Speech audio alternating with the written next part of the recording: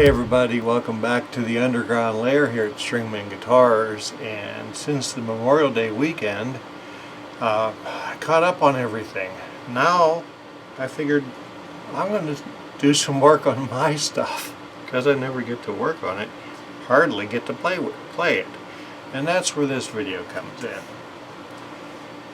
You should adjust your bass or guitar, in this case it's my P bass, on a regular basis, depending on your area, your climate. I'm in western Pennsylvania near Pittsburgh, so in the spring and the fall we get big humidity. Humidity carries fairly over in the summer and it gets really dry in the winter. Now we're doing our annual maintenance or our semi-regular maintenance on our P bass. Let's check it out. Yeah, this is my P bass. It is a 90, I think a 92 or a 93 Squire. And I took the liberty of putting a tele bass headstock on it. Lucky to have a father-in-law with the tools to help me do that, and templates online to lay on the old one and cut it out. This thing came with garbage tuners, so I had to remount the post holes. It has the mini-er, not the mini-mini, but the mini-er Grover, or not Grover, Goto tuners, which are just awesome. Down here we have quarter-pounder Seymour Duncan pickup. Well, split bass pickups. We have a CTS 250 and 250 cap with a full contact. I can't remember the actual name of it, but instead of having just one prong hitting the hot or the tip, it has two, and it can be wired for stereo if you want. This is a Wilkinson bridge with solid brass saddles, pullback wiring, and an orange drop cap, strap locks. It is a solid maple neck, but I'll tell you what, man, it's a nice sounding bass. But enough of that. Let's just look to see where it has traveled since we were here last with it. Okay, so we're up to pitch, and from what I recall on this bass, I had a 12 thou relief, which is what I normally go to on a bass at the 7th fret, and that neck has bowed a bit, holding it to 17th fret. Yeah.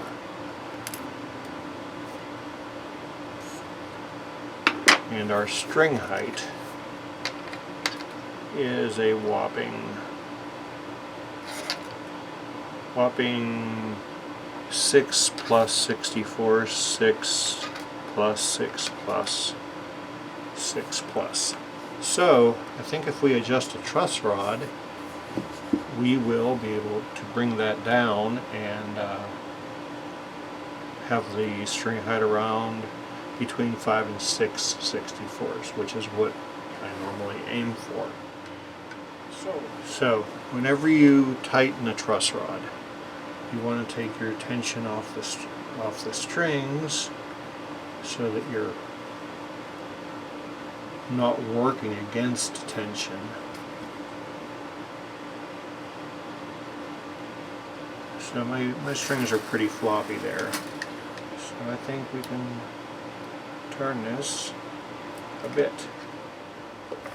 Get it close, and of course then you put it in playing position.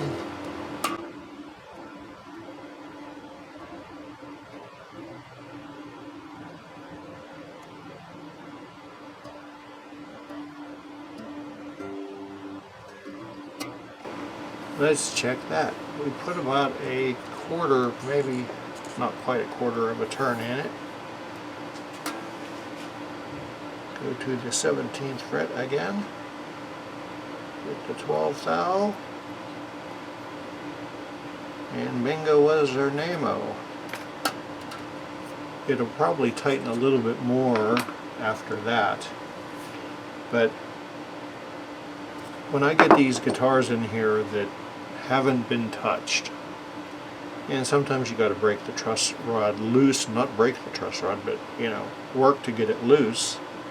And then the neck has been in such a condition for so many years that it wants to fight against that where it has set. That's why you got to do seasonal adjustments, or you know, regular maintenance adjustments, let's say. Now that should have brought our string height down quite a bit. Well, we're down to 6. 6. Oh, I'm on the wrong one. Yeah, still 6. 6. 6 and 6, which is within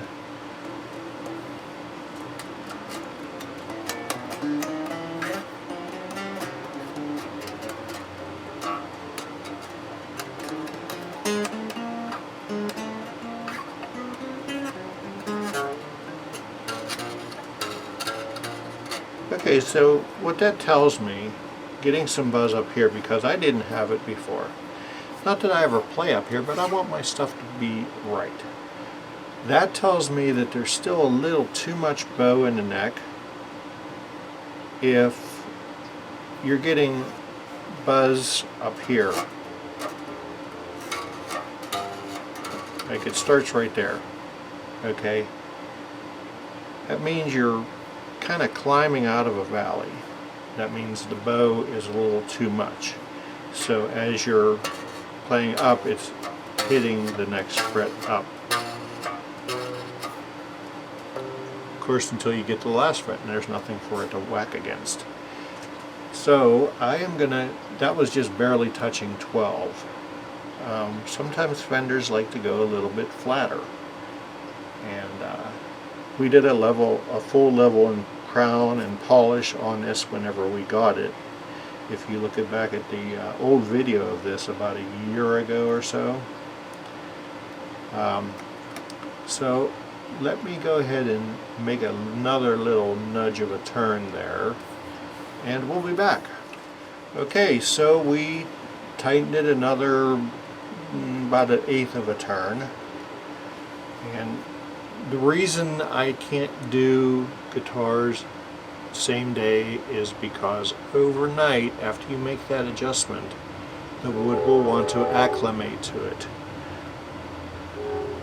If I do an adjustment on your guitar and you take it home the same day, most likely it will change further than what I adjusted it to, and the next day you'll grab it and play it and you're like, well, boy, it doesn't play at all like it did whenever I picked it up, and that's why. I know gas is like $20 a gallon, so our relief, this is a 12th thou, and it's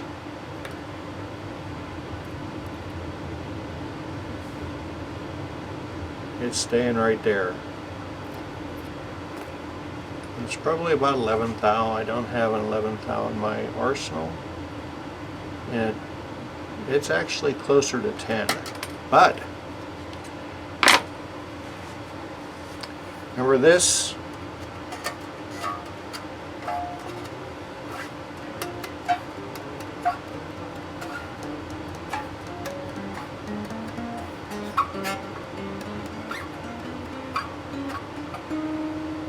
Solved, and the action came down to, that one is 6/64, that one is, it's like you could barely see the line, so it's like right on 4/64. Just barely see the line. So now, once again, like I said, we'll check it again tomorrow after I let it sit to make sure that it's going to be good. Now let's see where our intonation is. Boom, it's right back where it was.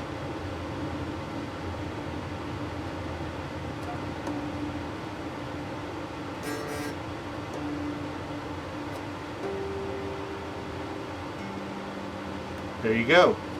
Didn't have to try to touch the bridge. Bridge is still right where I left it. And so yeah, that is basically how you set up your bass. And you guys always know I forget the pickup height. That's a little lower than I normally go, so let's fix it. Right in. Okay. So you hold on the last ring. And you measure this out. I'll put a link to this tool. You can get it from Stringman. I think they have it on closeout right now for like $12. So $12 plus shipping, or you can buy it on Amazon for $14 and they'll pay the $6 shipping with your Amazon membership. And I'm not measuring the actual plastic part. I'm looking at where the holes are. And I could just go just a little bit more because the pickup's actually angled a little because of the foam that's in there and where it is. So right at the poles, that's good. And that side can come down too. See, if it's too high, you can affect your intonation. Not only that, but you're going to bang into the pickups while you're playing, and it's just uncomfortable. Okay, that's perfect. Now on the treble side, we want it a little closer because the ellipse of the string isn't as big. And that's perfect. And that can go down. Actually, I want to move down just a little bit of turn. This down. A little bit more.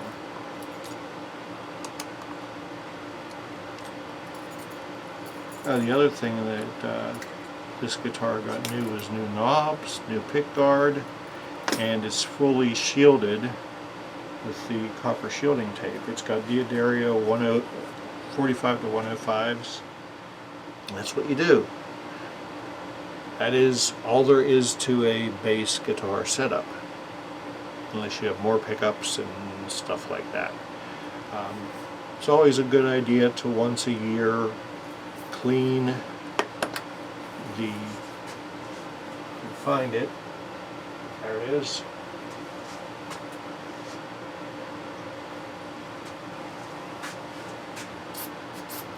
This is called Crackle Killer. Spray your deoxit on there, the right kind of deoxit. Put it in, turn it, or put it in, pull it out, turn it, repeat. That takes any oxidation off of the jack on the inside. And you get many uses out of that. These are great. So let's plug it into the noisemaker and just see what it sounds like. It's a Roland cube amp, so it's not meant for bass, but it still gives you the does it play. Can you check the controls to make sure they're not noisy?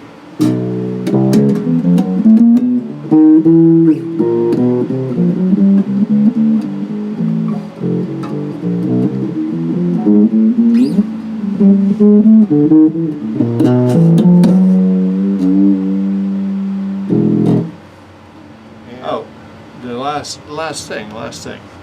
Always, let's turn this off.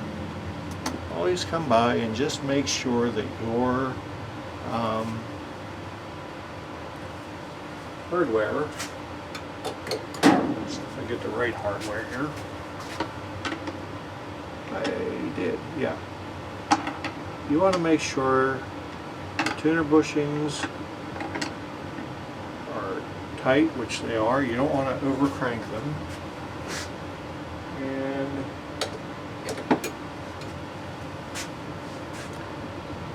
your bridge is still tight.